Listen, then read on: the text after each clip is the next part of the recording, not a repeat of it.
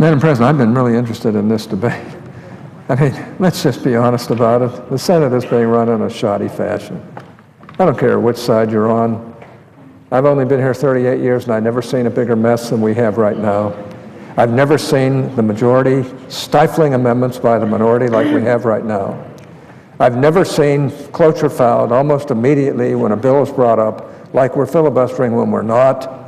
All we want are amendments and have a vote up and down, something we always gave the Democrats on crucial bills like this one.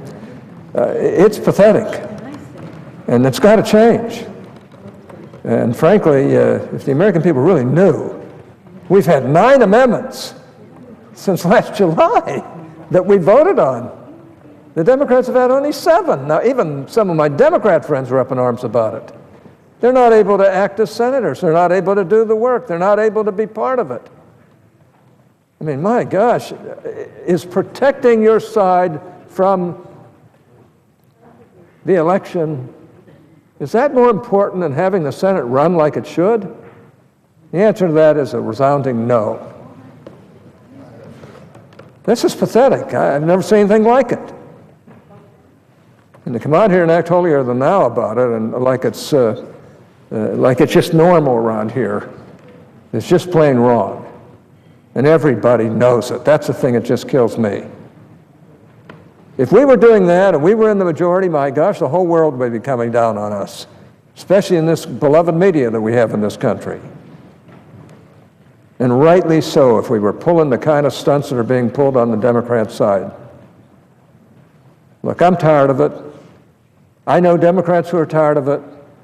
Every Republican is tired of it. We're being treated like we don't count in this battle between the two parties in the Senate. That doesn't have to be a battle every time.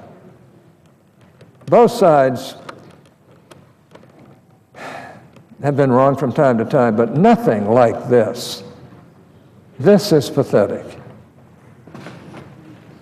And Madam President, I ask that my remarks from here on in be placed in the appropriate place in the record. Madam President, about a year ago, the American people learned that the IRS, one of the most feared and powerful agencies in our government, had engaged in political targeting. There's no doubt about that. Specifically, we learned that the IRS had, by its own admission, singled out individual conservative groups applying for tax-exempt status for harassment and extra scrutiny during the run-up to 2010 and 2012 elections. And the IRS admits it. At least some in the IRS admit it. Needless to say, the American people were outraged when this news became public. And the IRS's credibility was seriously damaged. We saw numerous groups and individuals come forward to acknowledge that they had been targeted. Politicians across the political spectrum, including the President of the United States, condemned these actions and vowed to get to the bottom of it. In the many months since the targeting scandal was revealed, I have said numerous times that the most important objectives for the IRS and its leadership consisted of repairing its reputation with the American people. And for a while there, it appeared as though the agency was serious about doing that. Sadly, over the last few days, a chapter in this scandal has been opened. A new chapter in this scandal has been opened. And as a result, the IRS's credibility has taken yet another serious hit. For more than a year, Madam President, the Senate Finance Committee has been engaged in a bipartisan investigation into the targeting scandal. And during most of that time, we were under the impression that the IRS was acting in relative good faith to cooperate with our inquiry. As of last week, we believe we were close to completing our investigation. We had prepared the bipartisan majority report and the majority and minority views in addition. We were about ready to come out with that. The facts we believed were coming together. Then, in what I thought would be one of the last steps in the investigation, I insisted that we send a letter to IRS Commissioner John Koskinen, demanding that he formally certify that the agency had produced all documents that were relevant to our requests. It was then, after we sent that notice to them, asking them to verify, that we learned that there was an enormous hole in our fact-finding. I'm sure glad we sent the letter. On Friday of last week, the IRS informed us that due to a hard drive crash, it was unable to produce thousands of pages of emails from Lois Lerner, that is the one who took the Fifth Amendment, the former director of exempt organizations, and one of the central figures by anybody's estimation, if not the central figure in this investigation. The gap in the emails was from 2009 through April 2011, a pivotal time for the activities in the activities under investigation. You heard that right, Madam President. A full year after our initial investigation request, or information request, the IRS informed us that a huge chunk of relevant emails was mysteriously gone. Not just the IRS, but emails between the IRS and the Treasury Department, the political arm of the administration, and the White House itself. Needless to say, this was disturbing. That's why Chairman Wyden and I demanded to meet with Commissioner Koskinen on Monday of this week. Sadly, this meeting produced even more bad news. The first thing we learned during the course of this meeting was that Ms. Lerner's emails were not going to be reproduced. The IRS's redundancy operations were apparently insufficient to ensure that these emails would be saved in the event of a hard drive crash. According to Commissioner Koskinen, the IRS only saves emails on its servers for 6 months. Now, get that. The IRS only saves emails on its computer servers for 6 months. Now, they require you and me and everybody else to save at least 3 years of our tax returns, but they only, according to them, were saving emails on its servers for 6 months. Can you imagine that, Madam President? The agency that requires the American people to preserve its documents for 3 years only saves emails for 6 months. I don't know about you, but I have a rough time believing that. I can't believe that that's what they do. The next thing we learned was that officials at the IRS became aware of this gap in Ms. Lerner's emails as early as February of this year, and that the commissioner himself was made aware of the hard drive crash about 3 weeks or more prior to our meeting. He wasn't quite sure, but sometime toward the end of March or the first part of April is my recollection, but certainly more than 3 weeks before our meeting. It was never made clear to us why it took, at the very least, 3 weeks in a letter from us demanding a signed certification from the Commissioner for IRS to inform the Finance Committee that the emails were missing. As of right now, we still don't know why the agency failed to inform us immediately that the emails were gone. The IRS was more willing to share this information with others in the administration. Yesterday, we learned that by April, the IRS had already notified Treasury that some of Ms. Lerner's emails appeared to be missing. We also learned that in April, Treasury informed the White House of this development. But they didn't inform us. The IRS has offered no explanation of why they waited 2 more months to inform Congress, and particularly the Senate Finance Committee, the crucial committee here in the Senate, which was performing an active investigation into this various issue. You haven't heard from either the chairman, Senator Wyden, or I popping off about this. We've conducted a reasonably good investigation, doing everything we thought we could do without mouthing off about it. Now, moreover, we do not know what discussions have taken place between April, or since April, between the White House, Treasury, and the IRS about the lost emails. Now, that would be bad enough, Madam President, but it gets worse. After our meeting on Monday, we were surprised to learn, via a press release from the House Ways and Means Committee, that even more emails relevant to our investigation may be missing. Apparently, the IRS had informed Ways and Means, but not us, knowing that we're conducting an investigation, that it might have lost the emails for 6 IRS employees, all of whom were covered by the Finance Committee's document request. Think about that. After that meeting on Monday, it was surprising to learn, because of a press release from the House Ways and Means Committee, that even more emails than Lois Lerner's relevant to our investigation may be missing. Apparently, the IRS had informed Ways and Means that it might have lost the emails for 6 IRS employees, all of whom were covered by the Finance Committee's document request. Now, one of these employees is reported to be Nicole Flax, who was the chief of staff to the former acting commissioner, Steve Miller. In that role, Ms. Flax helped oversee the processing of tax-exempt applications.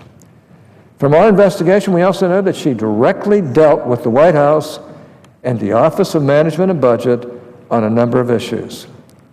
It seems, Madam President, that there is an epidemic of hard drive crashes going on at the IRS, and it seems to be particularly focused on individuals relevant to the targeting scandal and the ongoing congressional investigations.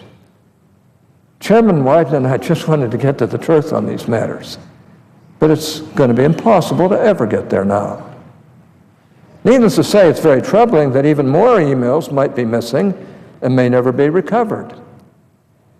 It's also troubling that neither Commissioner Koskinen nor his staff felt that they should reveal this information to Chairman Wyden and myself during our long conversation earlier this week. They knew about it, but they didn't deign to tell the people who are conducting the investigation about it at all. It's obvious from the timing of the revelations that people in that room were aware of the additional missing emails. Yet it didn't occur to any of them that they should disclose this information to the chairman and the ranking member of the only Senate committee with oversight authority over this agency.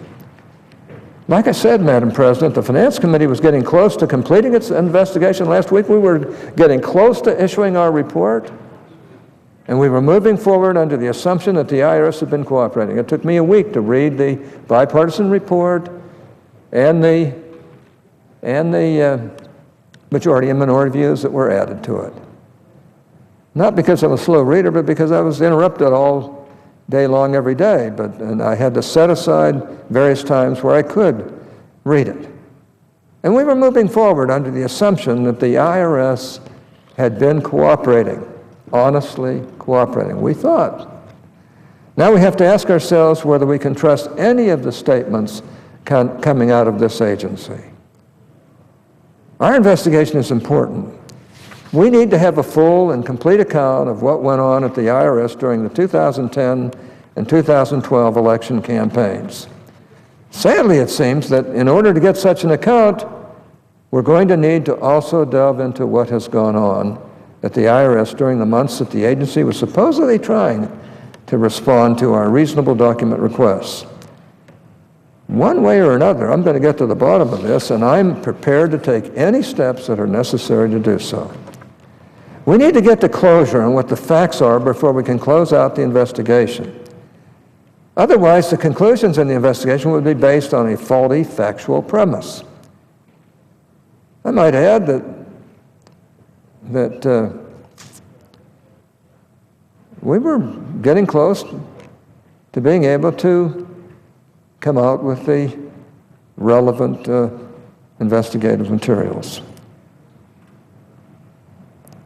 Earlier today, I sent a letter to Commissioner Koskinen demanding to know what he knew about the additional missing emails and why the chairman and I were not informed about them during our meeting this last Monday. Now, he had 3 others with him, and at least one of them fully knew about the additional 6 hard drives that crashed. Now, I'm not naive. I do a lot in the IT world, and I can tell you this. These are the first hard drives that crashed that I've known about that some of our IT, information technology experts, couldn't get into and find some of the data. Now, that's possible, but not probable in 7 different cases. Once again, it appears that either the commissioner or his staff were less than forthcoming in the meeting, and someone needs to be held responsible. Now, this is important. If we can't trust these agencies to be truthful to congressional leaders, we really have serious problems. This letter is only the first step. More action needs to be taken. There needs to be an independent review of the fiasco surrounding all of these lost emails and these crashed servers. We need an independent arbiter to determine if the agency's account of the computer problems is accurate and whether the relevant emails are in fact unrecoverable. We also need a review to determine if there are more missing emails. Like I said, this review needs to be independent, as we apparently can't trust the IRS to be fully forthcoming on these issues. This is what we're going to need to get to the bottom of this, but sadly, even that won't be enough. The problem with these missing emails is that we won't have any assurances that we'll ever get a complete picture of what went on. We need to take the necessary steps to find out just what communications these individuals were making during the time in question.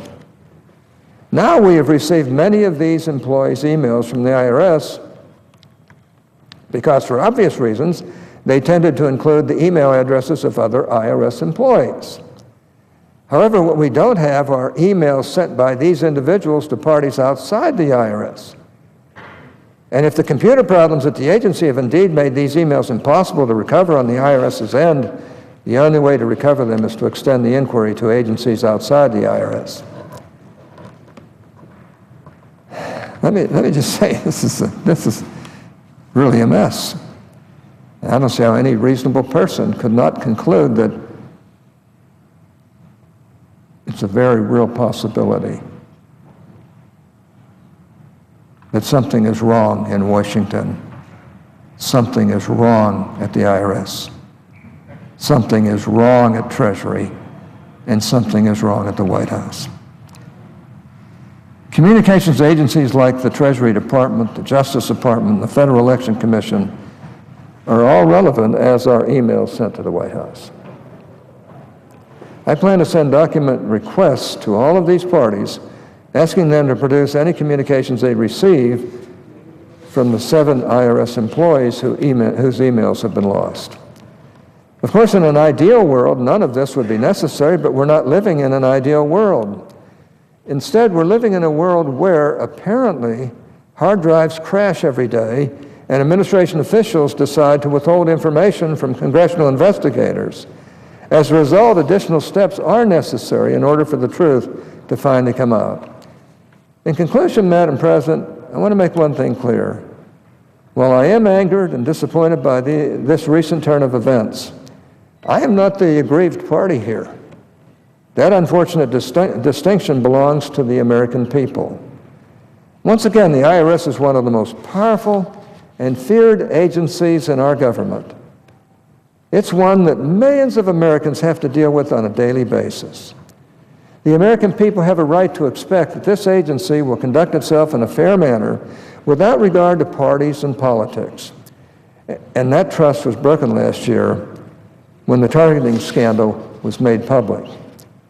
Now, a year later, after all the work we've done to hold this agency accountable and to get to the bottom of these matters, that trust has been broken again.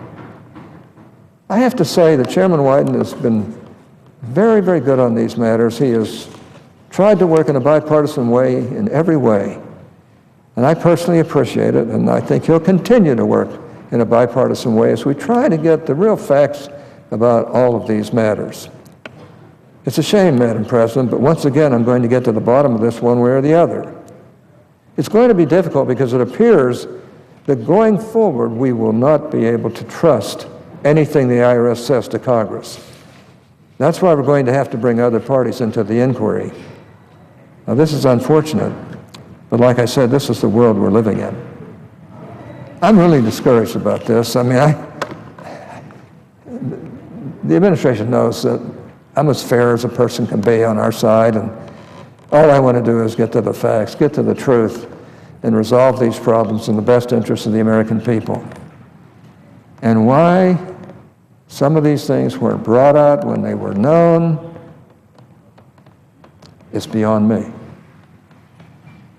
And it's beyond me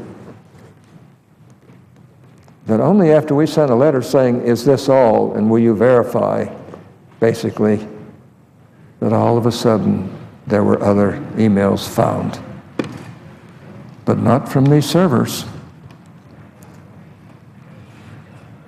And not for 2 years in the case of the Lois Lerner server. Lois Lerner took the Fifth Amendment, which is her right. I'm not about to condemn her as a guilty criminal around here. But I think the best thing she could have done was help provide these emails that hopefully would exonerate her, but which I believe would not. Otherwise, I don't think there would have been a crash of a computer. And what really bothers me is this too. When computers crash, usually in the federal government they have backups. And the backups will allow us to get back and get the computer up and working. For some reason, there apparently were not backups here either. Not only were they only keeping track of the prior 6 months, so you had never gotten the 2 years no matter what you did if the computer crashed.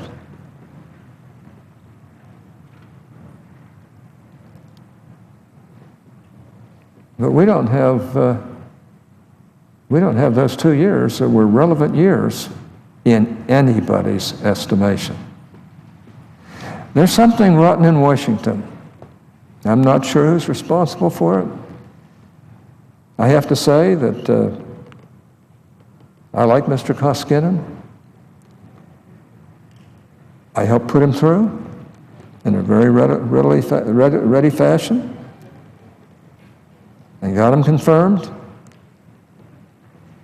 I believed he was telling us the truth, but I'm really disturbed that the only way we even got the rest of the available emails, none from 2009 to 2011, and who knows on the other 6 servers how many of those that crashed or how many of those emails are gone forever. The administration will say, well, we did look at the addresses and we got the emails in some respect from some of the people that they were sent to, but that isn't what a real investigation would show either. They don't have a good excuse here. And it just makes you wonder, why did Lois Lerner take the protections of the Fifth Amendment?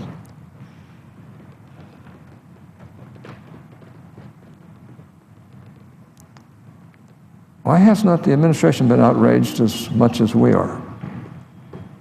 And I can say that I believe that our distinguished chairman is as outraged as I am. I can't speak for him naturally, but I know him and he's upset as I am. Because we sat right there last Monday and they never told us about the 6 servers. And as far as I know,